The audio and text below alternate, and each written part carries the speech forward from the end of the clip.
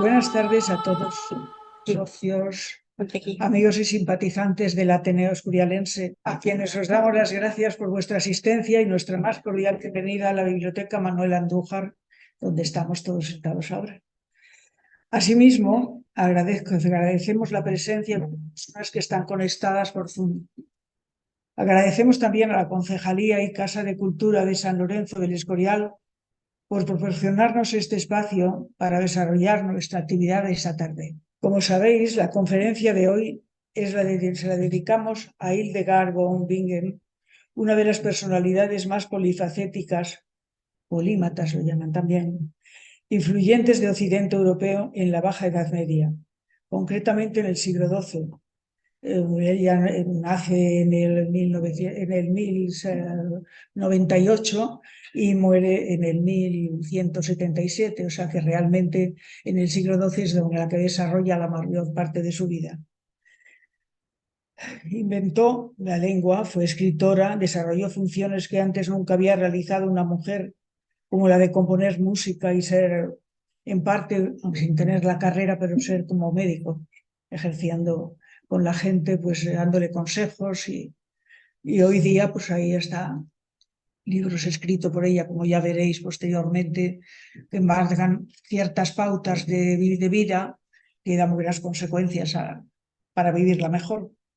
Fue escritora, científica, teóloga, bueno, de todo.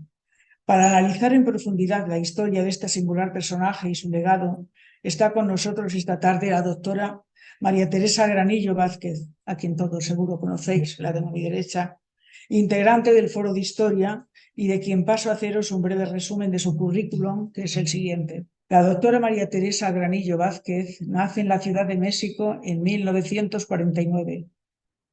Es licenciada en Relaciones Internacionales por la Universidad Nacional Autónoma de México. Licenciada en Ciencias Políticas y Sociología por la Universidad Complutense de Madrid. Doctora cum laude en Ciencias Políticas y Sociología por la Universidad Complutense también de Madrid. Catedrática en la Universidad Nacional Autónoma de México y también en el Tecnológico de Monterrey, en el Estado de México también. Galardonada en el año 2022 en el certamen El Muro por el libro La sombra del juramento. Trabajó en las empresas privadas y también en las públicas. Ha escrito en periódicos y revistas mexicanas y españolas. Ha colaborado en programas de televisión y en la radio, difundiendo la cultura mexicana en España. Actualmente colabora con el Ateneo Escurialense, siendo esta otra de sus interesantísimas conferencias, como tendremos la posibilidad de comprender y de entender a partir de dentro de unos momentos. Colabora en la tertulia literaria de La Fuente de Valdemorillo. Buenas Así pues, tardes. solo me resta deciros que con nosotros, tenemos ya a la doctora María Teresa Granillo Vázquez, que nos hablará de Hildegard von Bingen, también conocida como la Síbila del Rin, a quien ya cedo la palabra para que empiece su maravillosa conferencia. Gracias, Mercedes. Muchas gracias por tu presentación y también gracias al Ayuntamiento de San Lorenzo del Escorial, en particular a la Concejalía de Cultura y Turismo por apoyarnos con esta sala en la Casa de Cultura. Bienvenidos todos aquí presentes y los que nos siguen por Zoom en España y en otros países. Esta tarde voy a hablar de un personaje muy poco conocido que vivió en la Baja Edad Media, en el siglo XII. Es comparable a los grandes eruditos, sabios e inventores de la humanidad. Pero os preguntaréis, ¿por qué si fue una persona excepcional es tan poco conocida? Pues muy simple, porque es una mujer, era una mujer y porque pasó 73 años en conventos. Sí, voy a hablar de una monja del medioevo, en un tiempo en que las mujeres pasaban de la tutela de sus padres, ya lo sabemos, a la de los maridos, o bien estaban recluidas en conventos y no tenían ni voz ni voto. A pesar de tener en su contra al ser mujer y monja, esta extraordinaria fémina llegó a simbrar las teorías religiosas existentes y se enfrentó hasta al propio emperador del Sacro Imperio Romano Germánico, Federico Barbarroja, el terrible Federico Barbarroja. Sin duda, fue una de las personalidades más fascinantes, polifacéticas e influyentes del occidente europeo en la Baja Edad Media. Estoy hablando de Hildegard von Bingen. Hasta 3 papas la compararon con los antiguos profetas, un privilegio que nunca se ha dado a nadie más. Ella fundó 2 monasterios. Además, logró el permiso del Papa para predicar, algo a lo que solo tenían derecho los varones. Estamos hablando de la Edad Media. Siglos después, fue proclamada doctora de la Iglesia. Solo hay 4 doctoras de la Iglesia nada más, y ella es una de estas. Hildegard von Bingen es una de ellas. Nos separan de las obras de esa singular mujer 844 años, casi 1000. Por supuesto, muchos de sus conceptos están anclados en el contexto medieval. O sea, no lo podemos evitar en su época, pero no cabe duda de que se adelantó al tiempo en que le tocó vivir. Ella fue abadesa, bióloga, médica, inventó una lengua, esto es muy importante, inventó una lengua artificial que ella misma diseñó e inventó.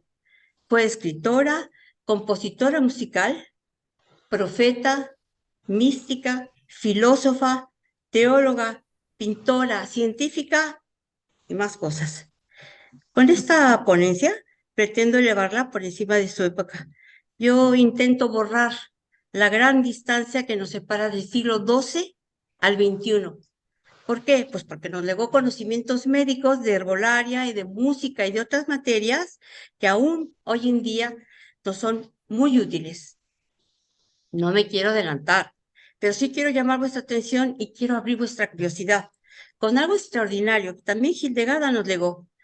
Algo que hoy en día, tal vez esta mañana o hace rato, sin duda, nos deleita y que tal vez después de esta conferencia disfrutaremos. La cerveza. A ver, ella no la inventó, lo sabemos, no la inventó, pero el sabor que hoy disfrutamos se lo debemos a Hildegard. Ya os contaré. Ella nació en el Sacro Imperio Romano Germánico en 1098, en una pequeña población llamada Bermehem vor der Hohe. Perdón por la pronunciación. Bueno, está situada en el valle del río Rin. Aquí lo puse en rojo. En la Alemania actual. Es la región de Renania-Palatinada. Esta es la iglesia en la que Hildegard fue bautizada. Hildegard no se recluyó en un convento por decisión propia, como han hecho muchas otras mujeres. Ella fue la 10ª hija de un matrimonio de la nobleza local, y sus padres la consagraron a Dios como un diezmo cuando cumplió 8 años. Estos que vemos aquí son los restos de la abadía de San Disibodo, a donde internaron a Hildegard, con solo 8 añitos. El monasterio era masculino, pero tenía una celda anexa para un pequeño grupo de monjas de clausura.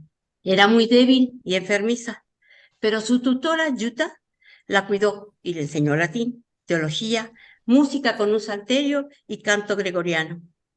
La niña asimilaba todo con gran rapidez y centró su mente en lo que más la apasionaba, el conocimiento. Ella comenzó a tener visiones que le contó asustada a su tutora, visiones y audiciones, porque no solo veía, sino también decía que escuchaba voces y música celestial. Jutta se quedó asombrada, pero sabía que su pupila no mentía, así es que estuvo meditando y decidió que ambas deberían ser discretas y no contar nada. No fuera a ser que juzgaran que la niña era fantasiosa o mentirosa o demente. La niña leía y aprendía todo lo que podía, además de esas sagradas escrituras. Y creció. Entró a la orden de San Benito a los 18 años. Y pasaron los años y murió Jutta, que era la abadesa, la que había sido su tutora en ese momento. Bueno, Hildegard von Bingen, con 38 años, se hizo cargo del puesto, por decisión unánime de las demás benedictinas. Ella no se proclamó, ni se postuló. Fueron las demás religiosas las que la eligieron. Sus visiones eran diferentes a otras de las que hemos oído hablar, por ejemplo, como las de Santa Teresa, que se elevaba.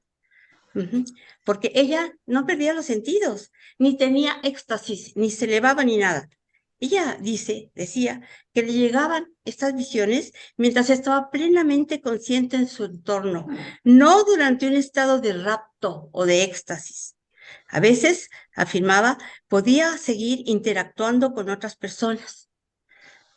Contaba que en algunas revelaciones era transportada a lugares distintos y que otras veces, observando el movimiento de las nubes, se le transmitía un mensaje divino. Sostenía una abundante correspondencia.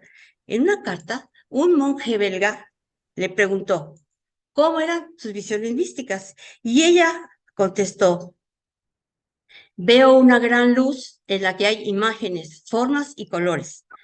A veces van acompañados de una voz que me explica lo que veo y en algunos casos hay música. Los fieles iban a consultarla en medicina y los diezmos y limosnas que recibía la parroquia en donde Hildegard vivía, o sea, en San Disibodo, aumentaron considerablemente. Pero ella tenía en mente crear un nuevo convento solo para mujeres en un pueblo cercano, Ruppertsberg, porque recordemos que la metieron a los 8 años y era un convento de hombres, había solo unas celdas para mujeres. Entonces ella se propuso crear otras únicamente para mujeres. Claro que el abate puso el grito en el cielo cuando comprendió que se iban con Hildegard sus futuras riquezas. Así es que se opuso rotundamente a su partida, dijo que no. Hildegard no se amedrentó y tocó puertas hasta que logró que el arzobispo le diera el permiso. A pesar del permiso, el abate de San Disibodo, furioso, le negaba su bendición. Y entonces ella se declaró en huelga de hambre, dejó de comer, simplemente, y se enfermó gravemente. Y se paralizó. Se supone que en castigo por su desobediencia. Yo pienso que es por el berrinche que se llevó. El caso es que altas autoridades eclesiásticas se enteraron de su parálisis y conminaron al abate a dejarla partir. Y el abate no tuvo más remedio que darle su bendición para marchar. En el acto se recuperó y se fue en 1150 a fundar sus conventos. Sí, lo he dicho en plural, 2 conventos, no 1. Se llevó a 20 hermanas que estaban ahí recluidas y al monje Folmar, que era un excelente dibujante que hacía códices y para que sirviera como confesor en el nuevo monasterio. En Ruppertsberg, las monjas cuidaban y sanaban enfermos y la madre superiora continuó su prolífica carrera como escritora.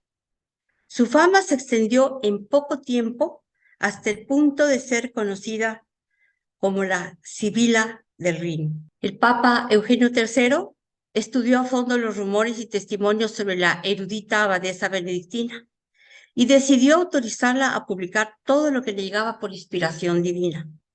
Y además le permitió, algo inusitado, dar sermones al pueblo en plazas y en templos, convirtiéndose en la única mujer a quien la Iglesia le permitió predicar hasta ese momento.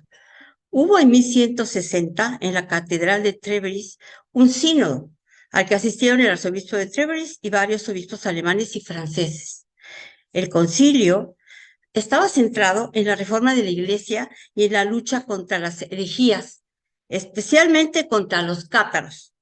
Y además se ratificó ahí la autorización de la abadesa benedictina para predicar. Así es que en ese mismo año de 1160, en la iglesia más antigua de Alemania, en esta que veis aquí, la Catedral de Treveris, en la festividad de Pentecostés, se agolparon clérigos, nobles y ciudadanos para escuchar un sermón sin precedentes, el de una mujer.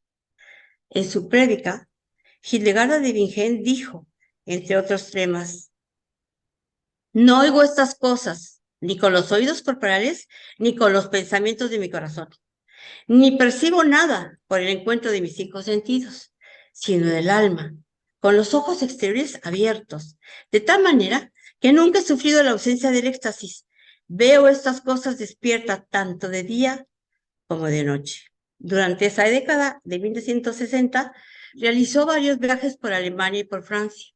Su misión era evangelizar y visitar los monasterios de la orden benedictina para instruir a los religiosos. Imaginaros, algo inusitado y sorprendente en esa época.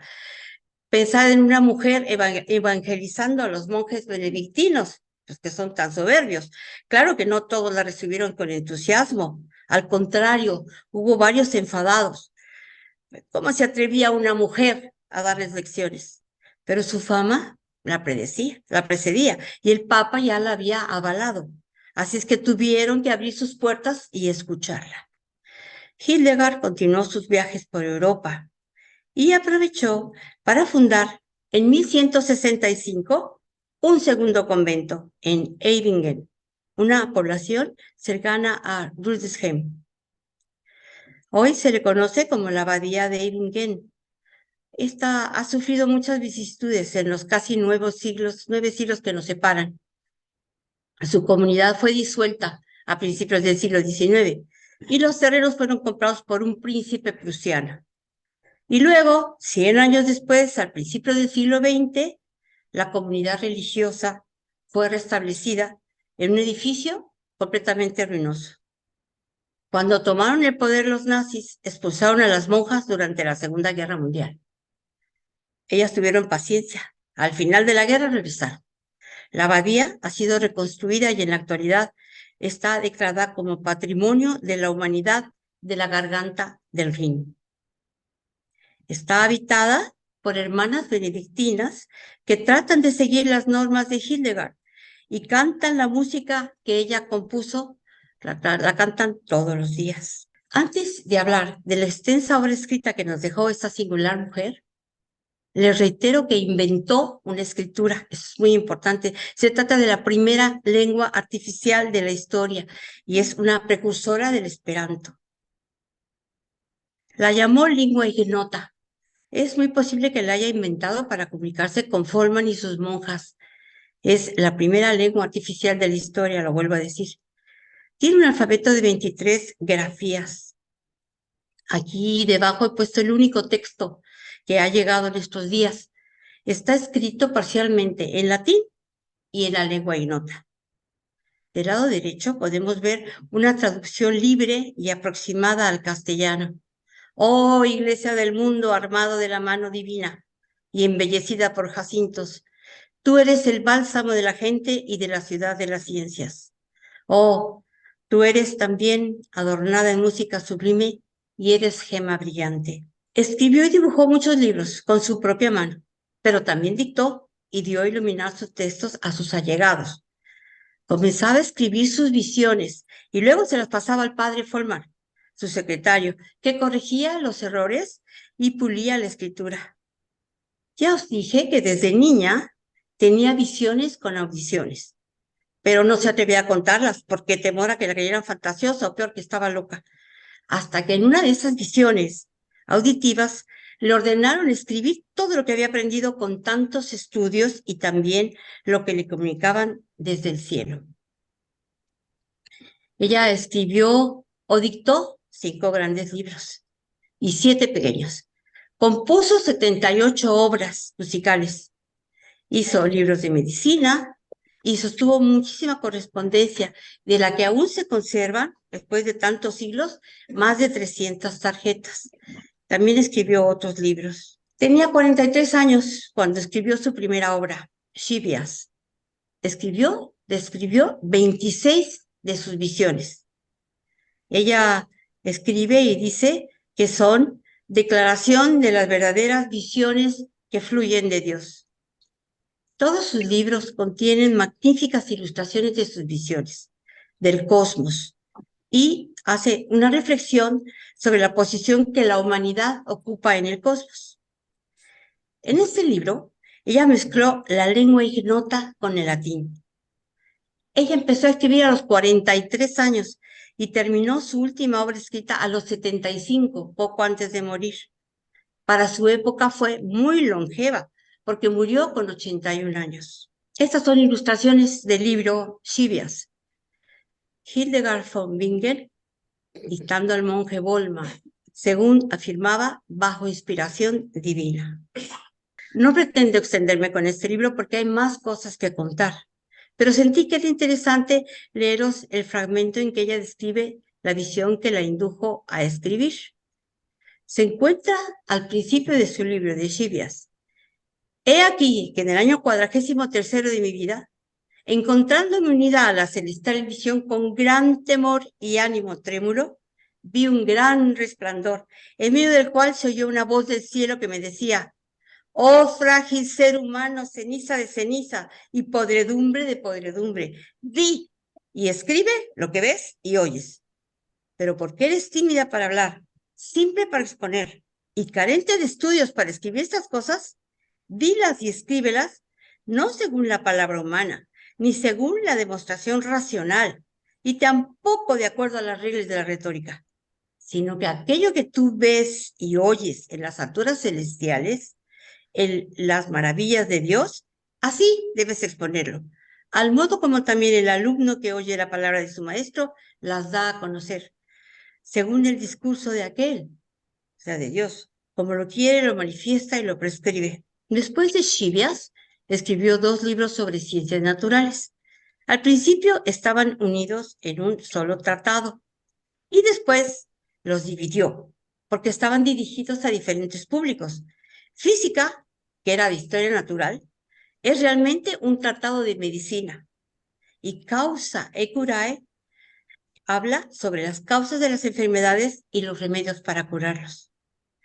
Hildegard había devorado cuanto libro sobre medicina encontraba y conocía a fondo las teorías de Hipócrates, de Erasístrato y los escritos de anatomía de Galeno.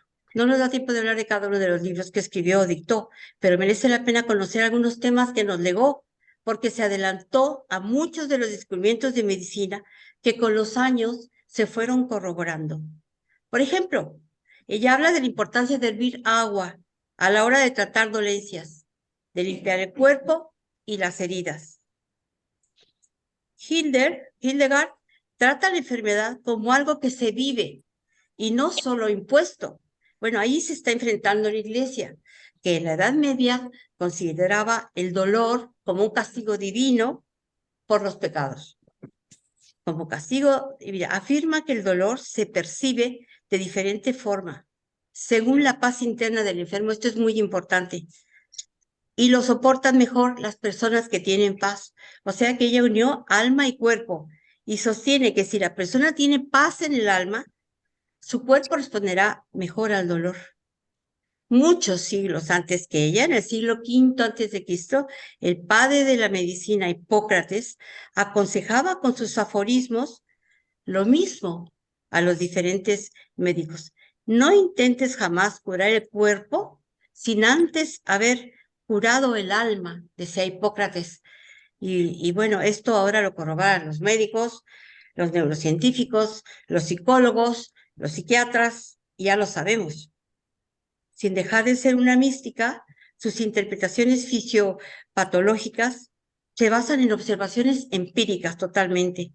O sea, ella concibe el cuerpo humano como una máquina que responde a principios físicos, explicables únicamente por la ciencia y por la razón. Se adelantó a la teoría microbiológica de las enfermedades.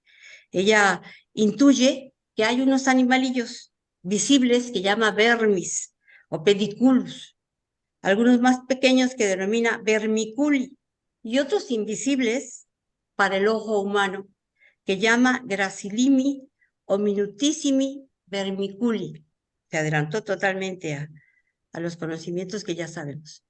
Bueno, al paso de los siglos, se han hecho interpretaciones modernas de sus escritos, se ha traducido a muchos idiomas, en especial de sus libros de medicina, que se venden por todas partes. Estos son algunos ejemplos. Hasta en el moderno Amazon se venden ahora, describiendo las características y cualidades curativas de cada planta, cereal o árbol. Estos son algunos ejemplos de las enfermedades de la piel que ella diagnosticó y para los que propuso curas. Para los tratamientos médicos usaba, además de las plantas, a animales y minerales también. ¿Y qué creen? En particular, las piedras preciosas. Gemología. Por ejemplo, la alopecia. Hildegard intuye la diferencia entre el pelo de la barba y el cabello, afirmando en su tratado Física, muchísimas veces ocurre que quienes tienen la calva grande y amplia, tienen también barba grande y amplia, y que quienes tienen barba débil y escasa, tanto más cabello tienen en la cabeza. Lo cual, pues es cierto. La sabia mujer llegó a la conclusión que el pelo no tiene la misma naturaleza en cada área.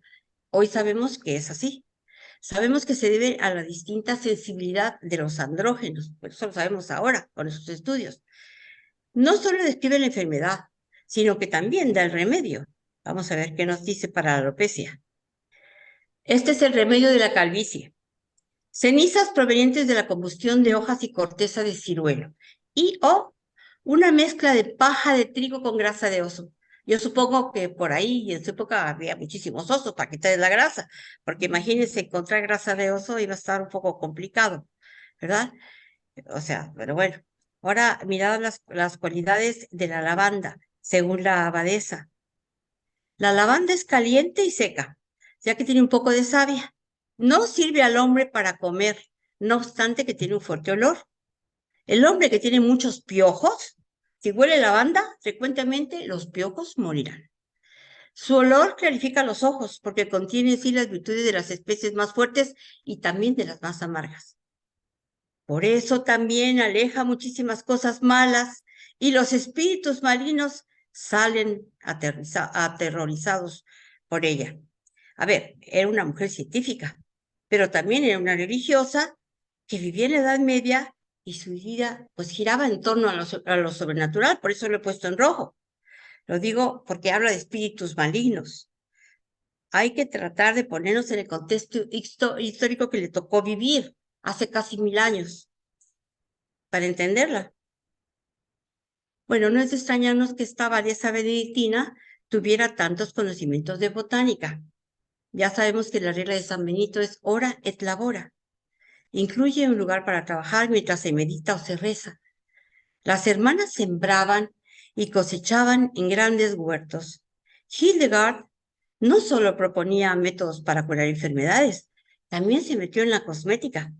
Descubrió que la cebada y la avena tienen unas propiedades higroscópicas y se adhieren a la capa córnea de la epidermis, o sea, atraen agua y funcionan como hidratantes. Entonces, Hildegard aconseja, aquel que tuviese la piel de su cara rugosa y endurecida por el viento, debería hervir cebada en agua y aplicarla, y atibia en su cara con un paño.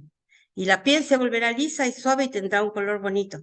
Bueno, ni más ni menos te está dando una receta de una mascarilla hecha en casa. La cosmética moderna nos ofrece ahora jabones, cremas y mascarillas de avena y cebada. Así es que no se equivocó. Muchos de los cosméticos actuales contienen ingredientes que hace casi 1000 años ella descubrió y escribió. En sus obras sobre terapéutica hay algo extraordinario. Hildegard descubrió y describió en sus libros las virtudes curativas de algunos minerales, incluyendo a las piedras preciosas. Insistía en el uso terapéutico de medicamentos químicos. Por ejemplo, el zafiro es beneficioso para las enfermedades de los ojos, decía ella. Y las propiedades afrodisíacas las tenía el granate. La amatista cura erupciones, dice en su libro. Y la piedra más sanadora de todas, afirmó, es la crisoprasa, que es un cristal rómbico con un color verde manzana y reflejos dorados. Tiene óxido de níquel, es una gema, un cuarzo de calcedonia, una ágata verde manzana. Bueno, cuentan que Alejandro Magno tenía incrustada en su cinturón una crisoprasa porque estaba convencido de que le aseguraría la victoria en las batallas. Cambia de color en determinadas circunstancias. Según Santa Hildegarda, la crisoprasa, en contacto con la piel desnuda, hace desaparecer el reumatismo y la gota. especialmente la artrosis de los dedos, el coxis y las rodillas. Causa et Curae es muy amplio su libro y asombroso.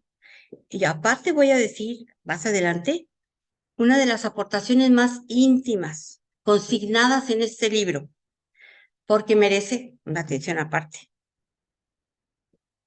Hildegard escribió o dictó en su larga vida, además de los libros ya mencionados, muchos de ellos con temas teológicos.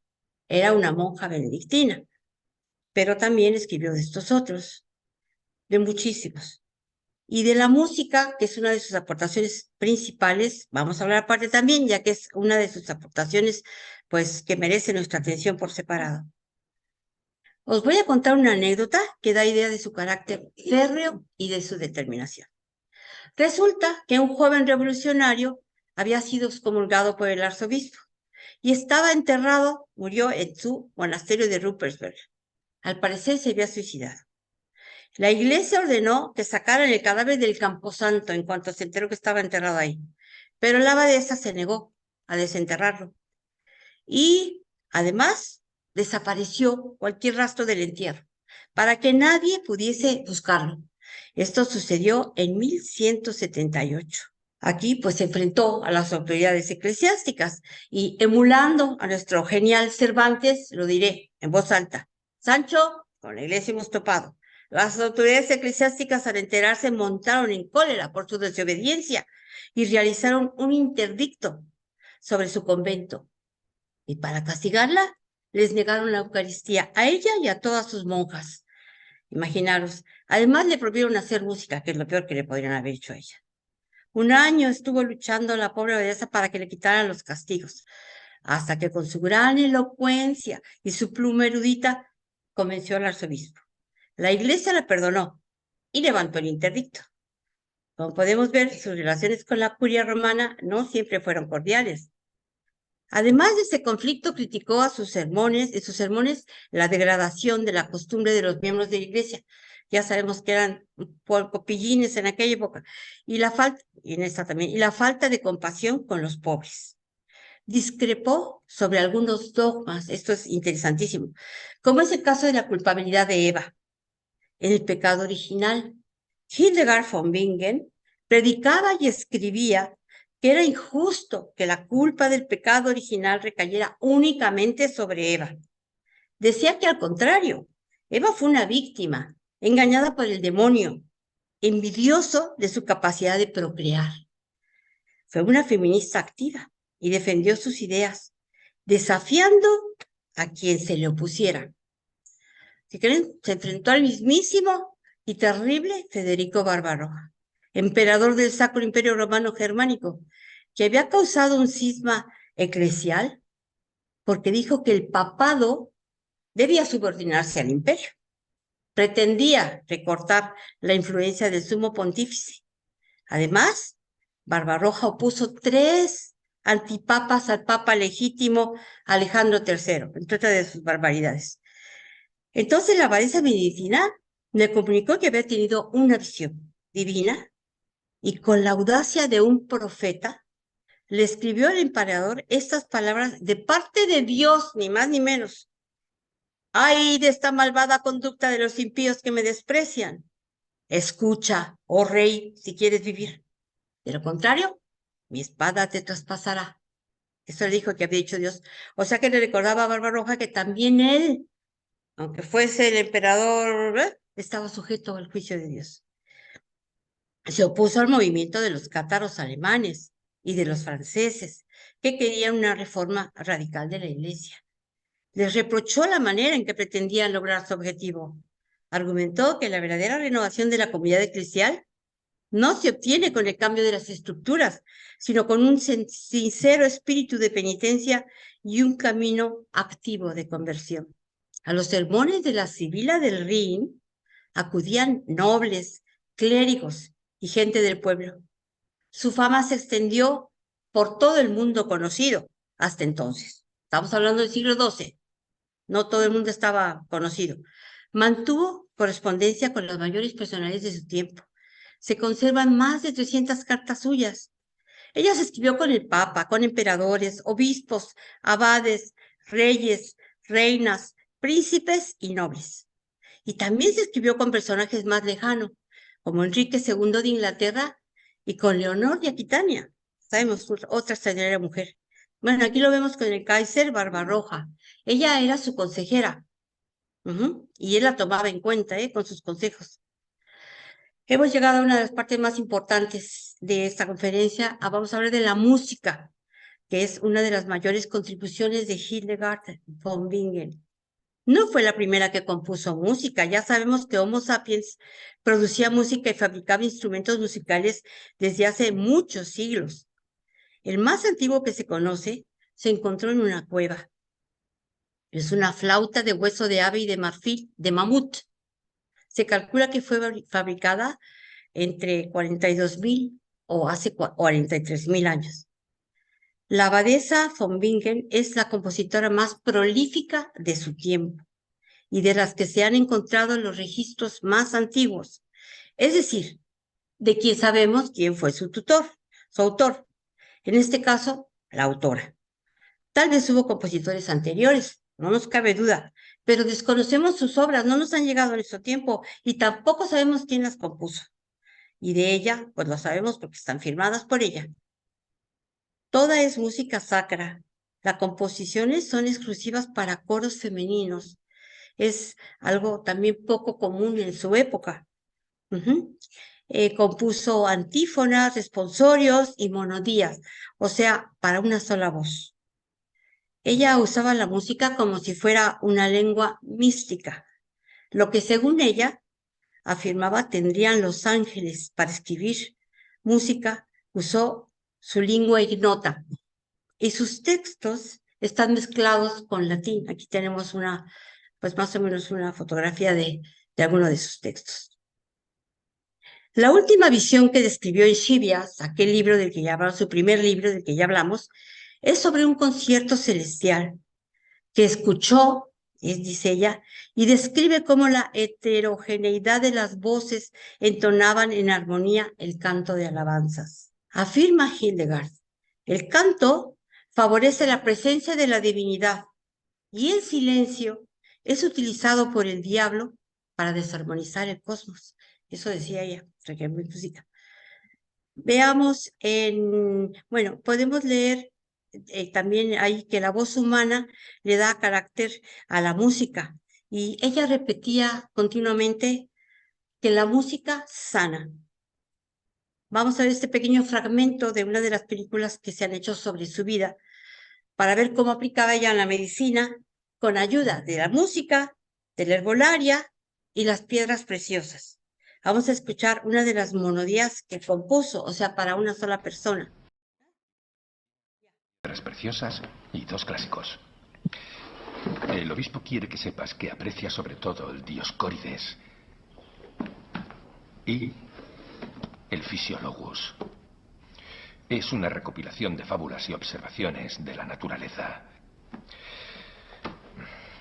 Se escribió en Alejandría, en el siglo II. Además, también contiene pasajes de las obras de Aristóteles, Plutarco y Plinio.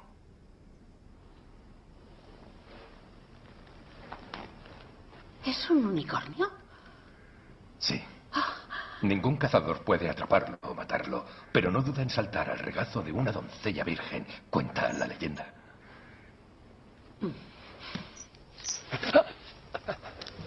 ¿Te has autoflagelado? Quería sufrir como él sufrió por nosotros. El que mortifica la carne mata el alma de su morador. Dios quiere tu misericordia, no tu sacrificio. ¿Qué planta ayuda a evitar la gangrena? La candelaria. Es para la tos y la afonía. La celidonia. La celidonia es para las verrugas. El marrubio. Es para la diarrea y antídoto de mordeduras de serpiente. Solo con la plegaria y el ayuno no se cura a los enfermos. La milenrama. Si alguien presenta heridas como estas, se lavan primero con vino, se cubren bien con un paño y sobre el paño se aplica la milenrama. Antes se habrá hervido y escurrido. Elimina el pus de las heridas. La música cura las heridas y también el alma. Hermana Sieglinde.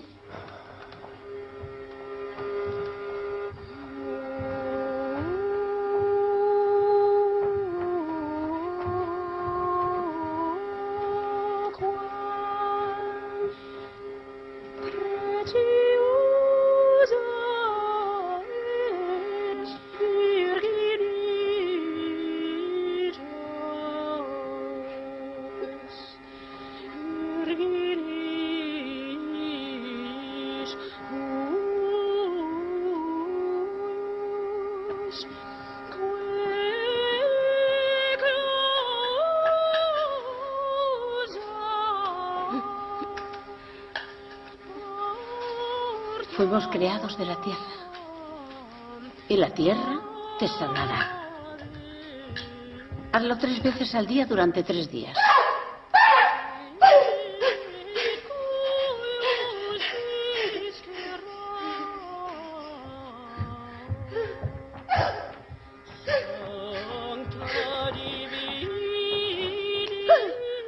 Déjame en paz. Eres el maldito diablo.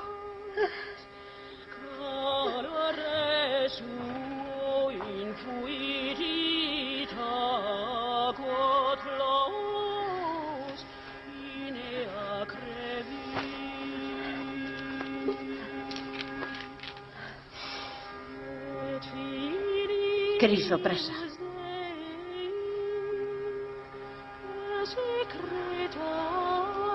Manténla junto al cuello hasta que esté caliente.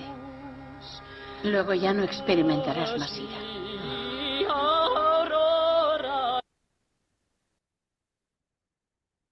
Bueno, ella compuso 78 obras musicales, agrupándolas en un texto que tituló Sinfonía de la Armonía de las Revelaciones Celestiales.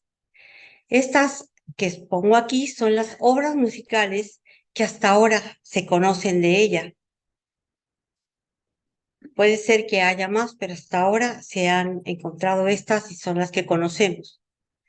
Ella también compuso en latín un auto sacramental musical llamado Ordo Virtutum, o sea, Orden de las Virtudes en latín. Y es el único drama musical medieval que subsiste y del que sabemos quién fue su autora y cómo es la música. Trata sobre la lucha del alma humana entre las virtudes y el diablo. Ya escuchamos una de las monodías. Bueno, ahora escucharemos un poco de una de sus antífonas. Mejor esta.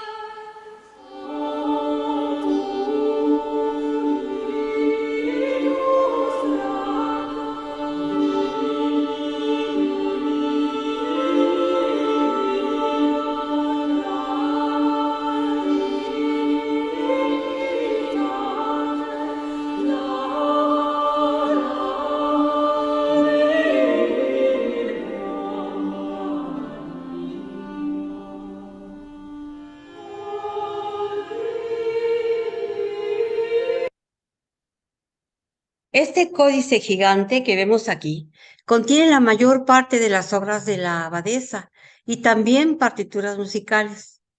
En alemán recibe el nombre de Reisekodex, aunque también se denomina Códice de Wiesbaden, porque es allí donde se encuentra actualmente.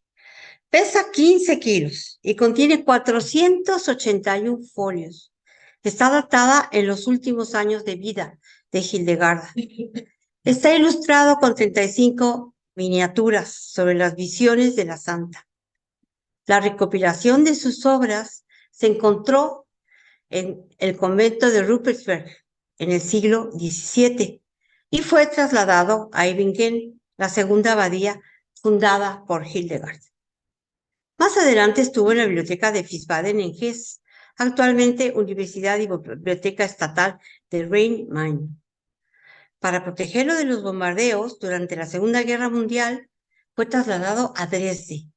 De todas formas, en casi 800 años, pues ha sufrido grandes daños. Fue devuelto a Hesse y su contenido fue reconstruido gracias a algunas fotocopias y facsímiles que se habían sacado en las primeras décadas del siglo XX. Actualmente se encuentra en la Universidad y Biblioteca Estatal de Rhein-Main en Wiesbaden, Alemania. Ahora vamos a cambiar de tema y vamos a hablar de un asunto íntimo femenino muy fuerte, desde que hablamos antes, y que Hildegarda plasmó en uno de sus libros de medicina. Además de la música, esto de que voy a hablar es otra de las aportaciones más importantes de la abadesa benedictina. Vamos, no es una sorpresa que una mujer haya sido la primera en describir el orgasmo femenino. No, lo sorprendente es que se haya atrevido a hablar de ello una monja benedictina del Sacro Imperio Romano Germánico en plena Edad Media. Antes que ella y otros en los mismos siglos, pero en países remotos, pues habían tocado el tema, pero siempre eran hombres. Ninguna mujer se había atrevido a hablar de esto pues tan íntimo. Hildegard von Bingen no solo describió el orgasmo femenino, sino que se atrevió a divulgarlo por escrito en su libro, Causas y Remedios. Y de este libro ya hemos hablado. Había una parte que denominó el libro de las sutilezas. Me encanta el nombre, el libro de las sutilezas, en el que se trató cuestiones relacionadas con el aparato genital femenino, como la menarquía, la menopausia y algunas enfermedades. Bajo un prisma de igualdad, ella consideró la relación sexual entre hombre y mujer algo revolucionario completamente en su época, ya que solo los varones, ya lo dije, narraban las realidades de la vida. Por esto, ella está considerada como la primera sexóloga de la historia.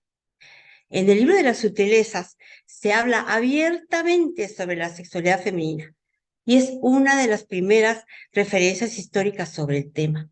Ella se atrevió a asegurar que la mujer siente placer y que es cosa de dos, no de uno, que reside en el cerebro y que el placer femenino estimula al masculino.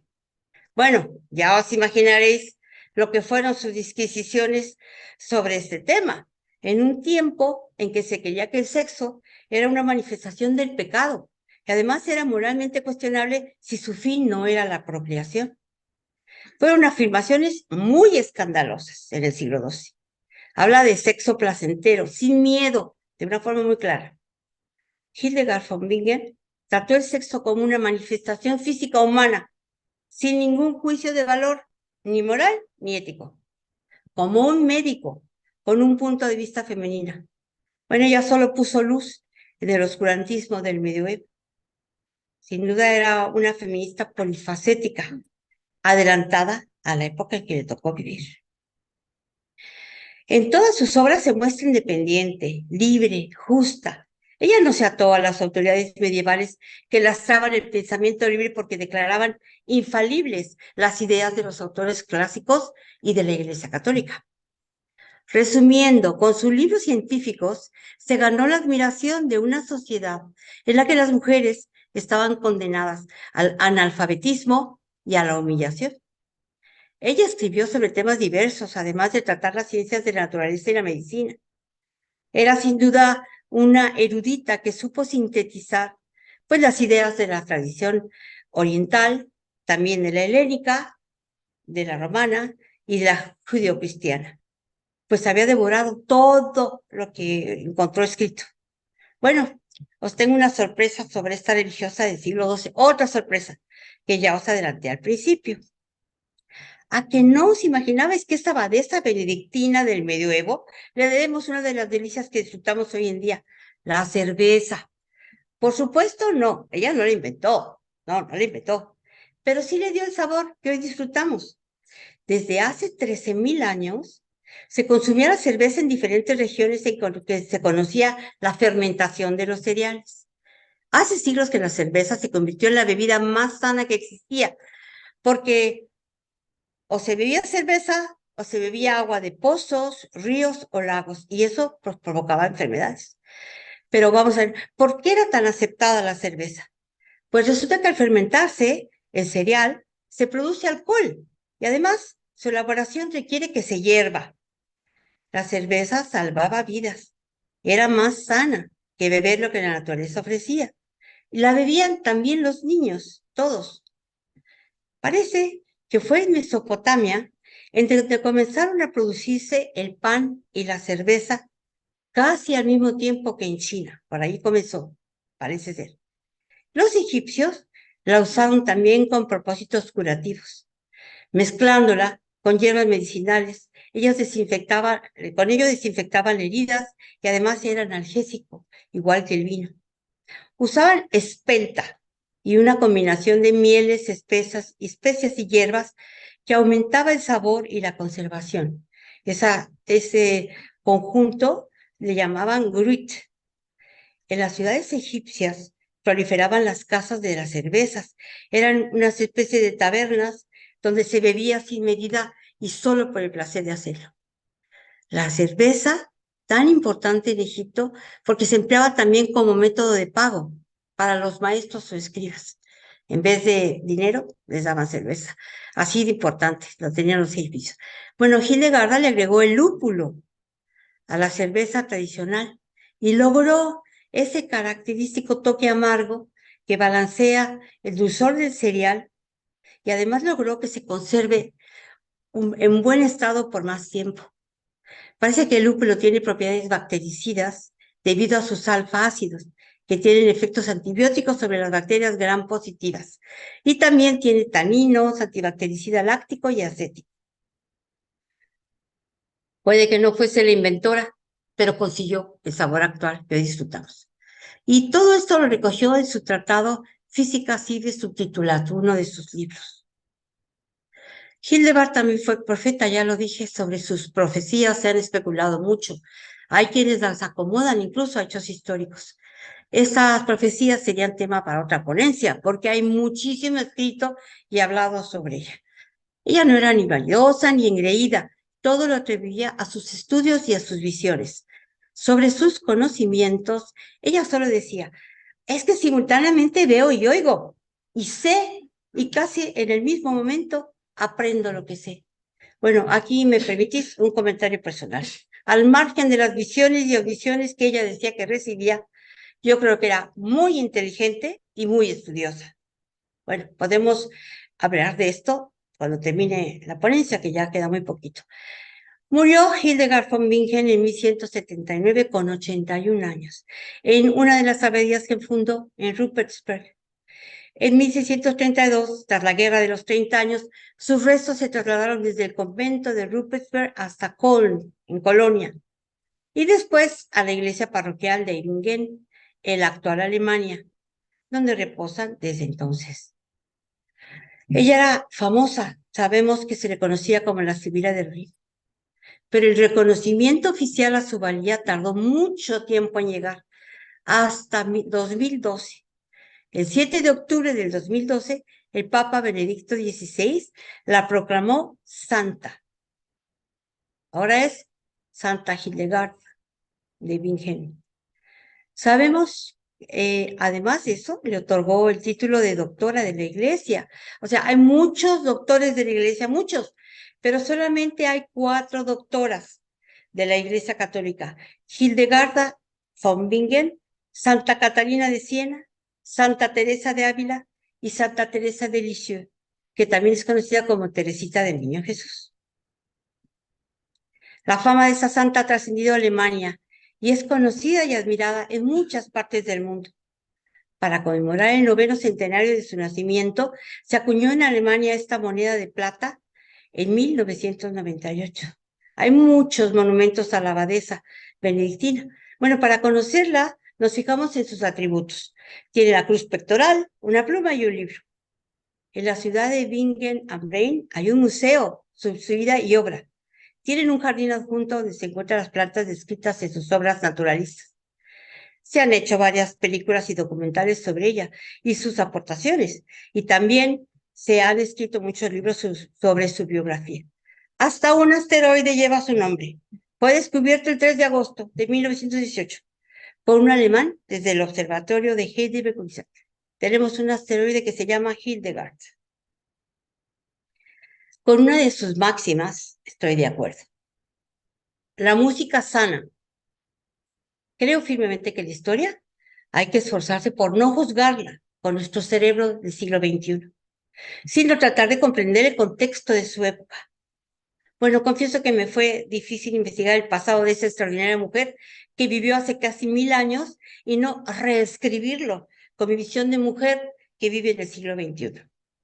Me niego a reescribir la historia para embellecerla. La cuento tal como fue.